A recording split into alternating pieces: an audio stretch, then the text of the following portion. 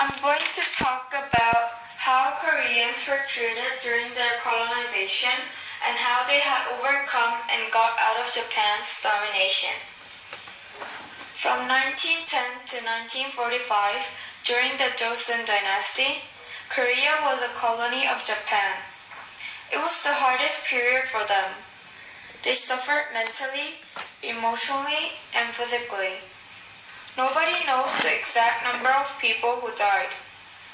According to the Korean research, 7,509 people died.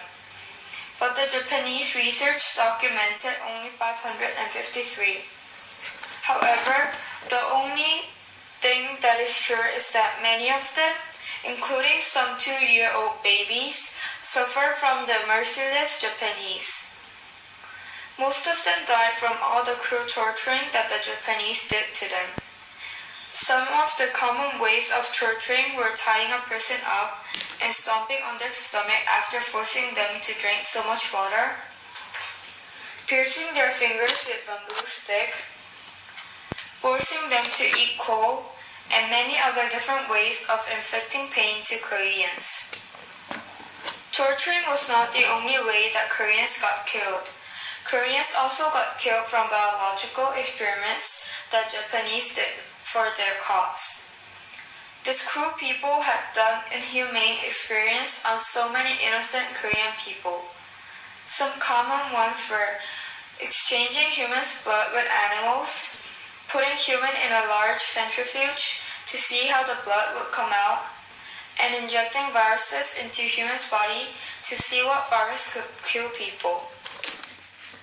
Slavery was an obvious thing. Korean people became slaves. At this period, countless of young girls and women were forced to leave their family to go to Japan and became sex slaves.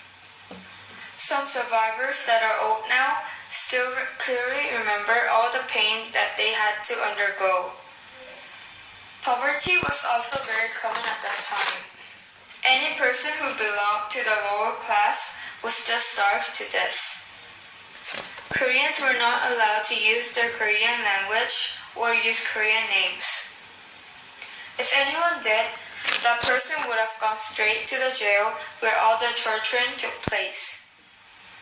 Additionally, most of Korean history and language books were burnt down. Everyone had to follow Japanese culture, speak in Japanese, learn Japanese, and had to treat all the Japanese highly and respectfully. Reclaiming independence would have been impossible if there were no sacrifices made. A lot of the fighters for independence sacrificed themselves during the colonization, such as Yugansun, Anjungun, Kim-gu, Yunbong-gil, and Chang-ho. They got shot, stomped, hit, and stabbed. Yugansun, an 18-year-old girl, died in the prison after being tortured, like cutting off her ears and nose using a razor. She also experienced sexual abuse prior to her death.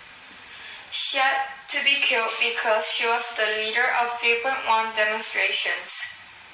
Yunbong-gil threw the bomb that looked like a lunchbox to the Japanese leader and tried to commit suicide after using another bomb that looked like a water bottle. Unfortunately, the bomb didn't explode, so he was tortured to death. All of them did something that was impossible for normal people to do, just because they wanted to win their independence. This colonization was severely unjust for Koreans. Koreans were forced to learn and use Japanese language, but the Japanese were not and did not have to. Many of these innocent people were just killed because Japanese were too greedy. To make their country more powerful, they wanted to own what Korea had at that time. Also, Korea had to give them 80 to 90% of the crops that they zealously grew, leaving nothing for themselves. So there were no exchange at all, which clearly concludes that this colonization was excessively unfair for the Koreans. pain from the past still lingers in some of the survivors' memory, and all the students have to learn about it at school. Also, some of the prisons that were used to torture the innocent Koreans are still left in some areas. The most famous one is Southern Prison, where the worst tortures took place. And buildings like Hirochu House and Easter Fair left the mark of Japanese invasion. Now, Korean people celebrate August 15th, the Independence Day of Korea. They spend the day with their family, commemorating those who fought for their independence so that the Koreans can enjoy now. The positive things Japanese people left are the architecture and industrialized cities. Koreans are still lucky that the USA dropped the atomic bomb in Hiroshima 1945. The Japanese were in a serious situation, so they gave up colonizing Korea and went back to their country to end the World War II. The end. Thank you for watching.